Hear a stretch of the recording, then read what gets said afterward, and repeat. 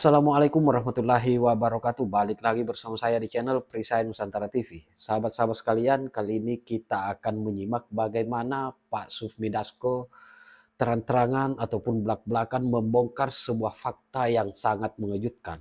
Karena ini yang kemudian menjadi pertanyaan di antara masyarakat Indonesia, bahwa kenapa di Pilpres kemarin Pak Jokowi lebih cenderung memilih dan mendukung Prabowo Subianto menjadi calon presiden ketimbang Ganjar Pranowo. Padahal kita ketahui bersama Ganjar Pranowo ini sama-sama dengan Pak Jokowi berasal dari Partai PDI Perjuangan. Dan ini yang kemudian membuat Pak Jokowi dianggap pengkhianat oleh Megawati dan kader-kader Partai Banteng. Nah, kali ini Bang Sufmi Dasko mengungkap fakta tersebut dan berhasil memberikan keyakinan kepada seluruh rakyat Indonesia bahwa sangat tepat Pak Jokowi memilih Prabowo sebagai presiden dan Mas Gibran sebagai wakil presiden di Pilpres 2024 silam. Nah, seperti apa videonya kita simak berikut ini. Pak Prabowo itu nggak akan maju Pilpres kali ini kalau tanpa restu dia Pak sudah Jokowi. ngomong bahwa kalau saya nggak didukung, saya nggak mau. Kenapa? Ya karena kalau nggak, ya kan begini, tingkat kepercayaan publik itu terhadap Pak Jokowi kan tinggi sekali. Ya. Nah, pemilih Pak Prabowo juga kemudian juga banyak. Nah, kalau ini dikolaborasi, ya jadinya seperti ini. Itu udah kita hitung. Nah, sehingga kalau kemudian berjalan masing-masing, itu pertempurannya bisa kayak 2019 itu. Pecah lagi di masyarakat. Bisa pecah di masyarakat, bisa sengit gitu loh. Artinya mengakui kekuatan Pak Jokowi besar. Memang itu memang realnya begitu. Memang realnya begitu. Realnya begitu. Nah, sehingga kita hitung kalau kemudian itu kita sendiri-sendiri, ya terjadi kayak waktu 2019 kan, itu kemudian sembuhnya lama. Nah, untuk memulihkan luka-luka itu kan kemudian diambil langkah oleh Pak Prabowo melakukan rekonsiliasi. Nah, lalu kemudian kalau 2024 ini juga kemudian berpisah lagi, ya buat apa kemarin rekonsiliasi kan begitu? Iya. Sampai Pak Prabowo rela. Kalau kemudian tidak ada sinyal dukungan, dia nggak akan maju. Nggak akan maju. Literally nggak akan maju. Nggak akan maju. Wih, berarti efek Jokowi bener ada dong ya? Ya, makanya direbutkan kan sebenarnya. Iya, tapi kan bukan berarti saya nggak setuju dibilang bahwa Pak Presiden Jokowi ini cawe-cawe. Bahwa modal paling besar itu kan tingkat kepercayaan masyarakat yang tinggi. Iya, kalau menurut saya kemenangan Pak Prabowo itu banyak faktor. Iya. Udah pasti banyak faktor. Iya. Ada faktor universal juga, maksudnya kayak lagu yang oke, gas aja tuh faktor salah satu. Gen Z itu faktor.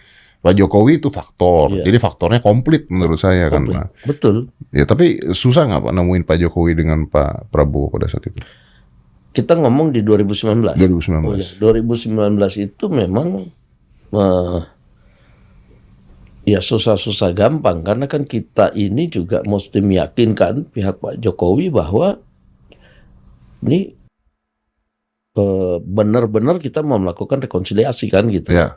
Karena kan di sekitar Pak Jokowi juga kan itu juga banyak masukan. Ya. Ini benar-benar, apakah ini bersiasat, apakah ini, itu kan kita mesti intens meyakinkan. Kan banyak tuduhan kalau misalnya Pak Prabowo masuk ke dalam Pak Jokowi itu intinya akan berkhianat nantinya. Ya, itu juga kemudian harus kita yakinkan. Saya waktu itu komunikasi intens dengan Pak Budi Gunawan kan, waktu itu untuk kemudian Pak BG meyakinkan pihak sana pesan-pesan ataupun apa yang kita sampaikan gitu loh.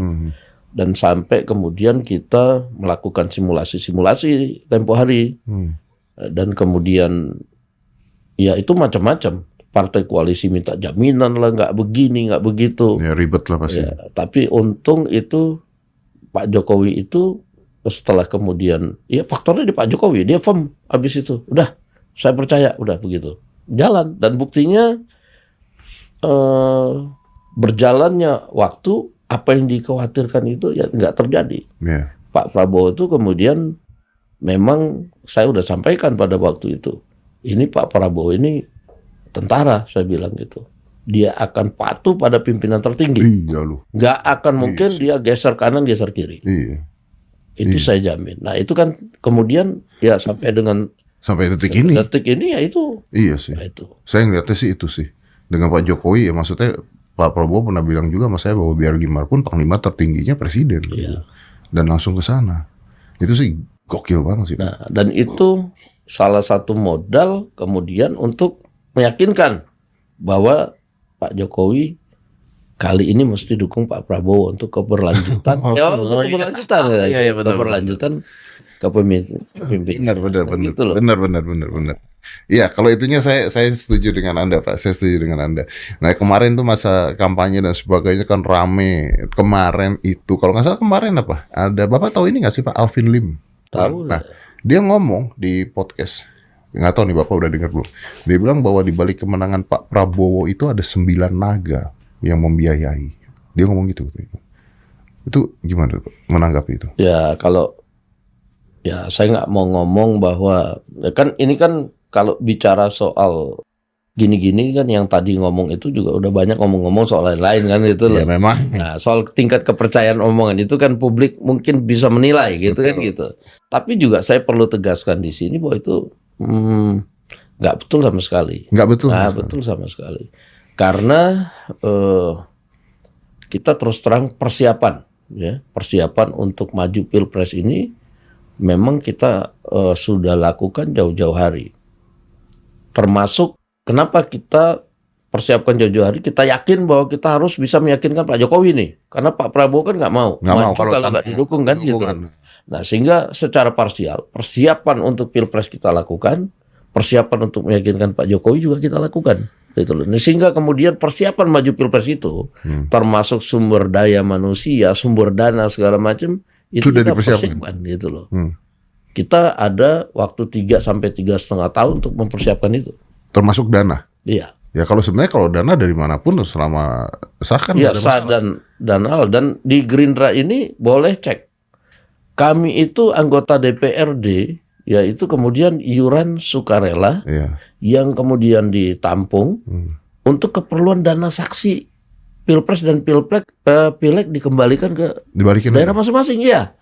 Nah, jadi kemarin kalau dihitung 800 sekian ribu TPS kali sekian, itu dana mereka masing-masing loh itu. Oke. Jadi tidak ada nyetor-nyetor ke partai, Pak? Siapanya?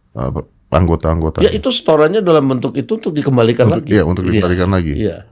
Kan banyak yang misalnya ada akan partai yang misalnya harus nyetor gitu kan. Sampai korup, Pak. Ya, kalau itu mungkin kondisi masing-masing partai ya. Tapi kalau kami itu memang ada setoran wajib, iuran wajib yang kemudian harus disetorkan setiap bulan. Dan kemudian kebetulan kami punya bendahara nih, Mas Tommy Jiwandono nih, orangnya apik dan selalu Gerindra tuh kan dapat penghargaan tuh kalau soal keuangan itu. Ya itu dimonitor terus, kalau kurang diingatkan. Nah, sampai kemudian dalam titik tertentu jumlah itu mencukupi loh. Alhamdulillah untuk saksi aja gitu. Oke, artinya kan Bapak mengatakan bahwa pada saat itu memang semua disiapkan termasuk mendekatkan kepercayaan pada Jokowi. Ya. Kalau menurut Pak Dasko, kenapa Pak Jokowi milih Prabowo bukan Ganjar? Enggak, kalau saya tuh gampang-gampangannya kan begini. Untuk kemudian intensitas ketemu, ya itu kan lebih banyak dari Pak Prabowo.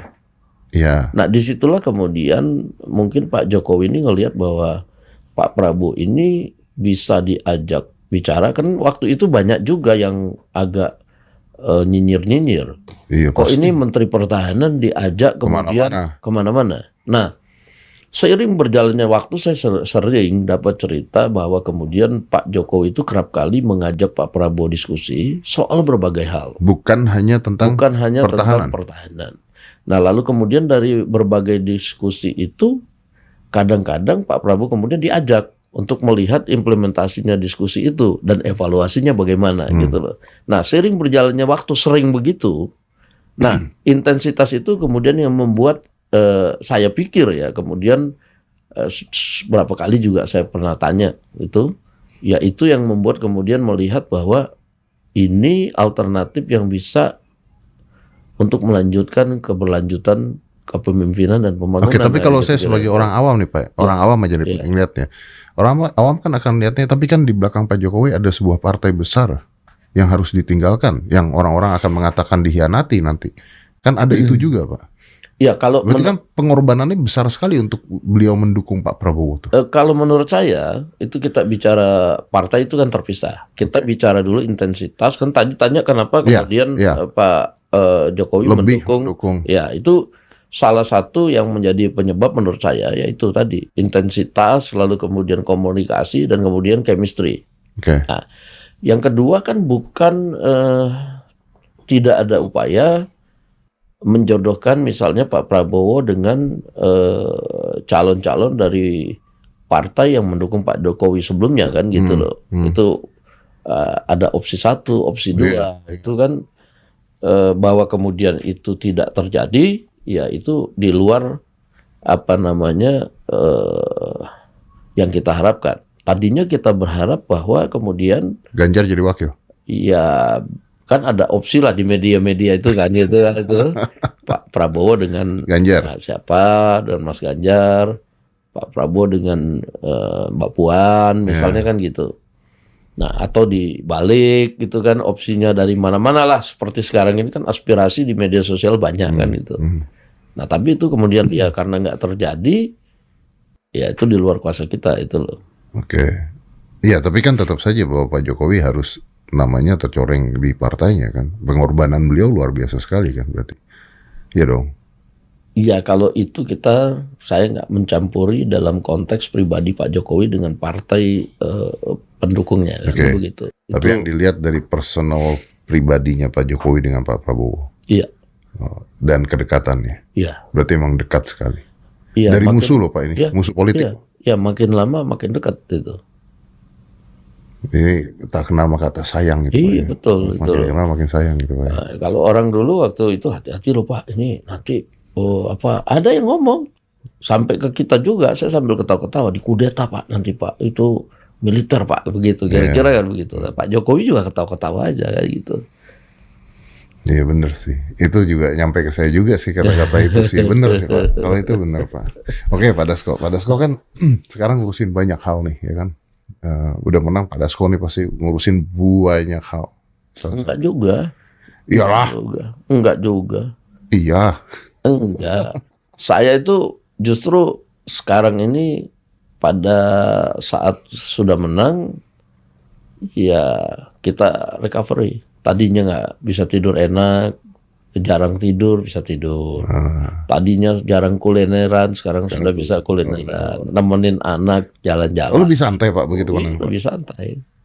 Saya kan ini kan ngikutin Pak Prabowo itu kan dari mulai ya tahun-tahun dulu. Konvensi Golkar belum menang. Mega Pro belum menang. Prabowo Hatta belum menang. Prabowo Sandi hampir menang. Nah, itu kan gitu. Nah, yang sekarang tadinya saya berharap kan hampir kalah aja gitu loh.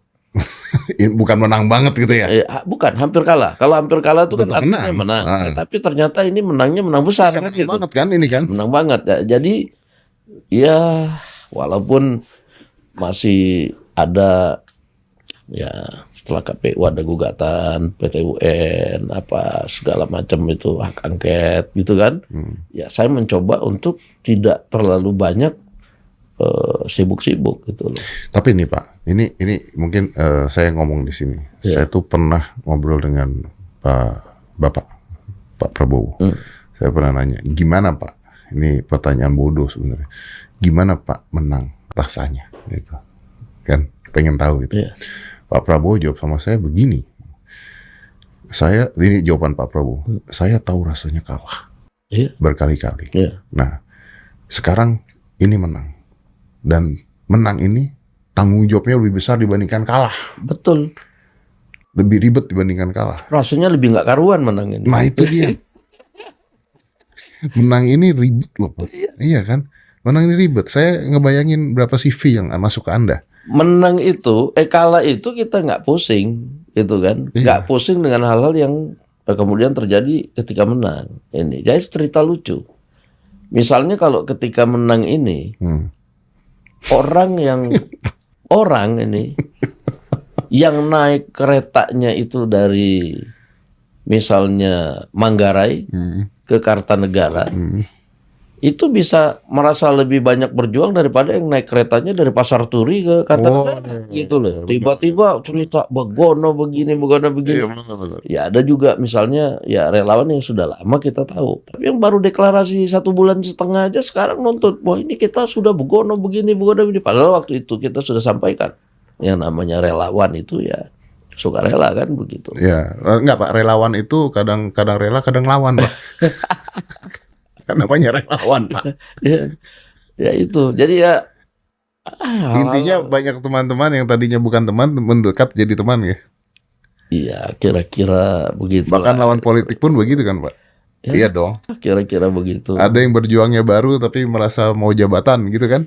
Sahabat-sahabat sekalian, saya kira sangat detail dan jelas apa yang kemudian disampaikan oleh Bang Sufmi Dasko terkait alasan kenapa sehingga Pak Jokowi lebih cenderung mendukung dan memilih Prabowo Subianto sebagai calon presiden ketimbang Ganjar Pranowo, karena memang ada hal yang kemudian ditakutkan. Dan hari ini terbukti, andaikan misalnya dari kubu PDIP yang kemudian menjadi presiden, pasti kekacauan di bangsa ini akan semakin amburadul. Nah, saya kira demikian konten kali ini. Bagaimana respon sahabat-sahabat sekalian? Tinggalkan di kolom komentar. Terima kasih. Wallahul muwaffiq ila aqwamit thoriq. Wassalamualaikum warahmatullahi wabarakatuh. Salam waras, salam akal sehat, NKRI harga mati.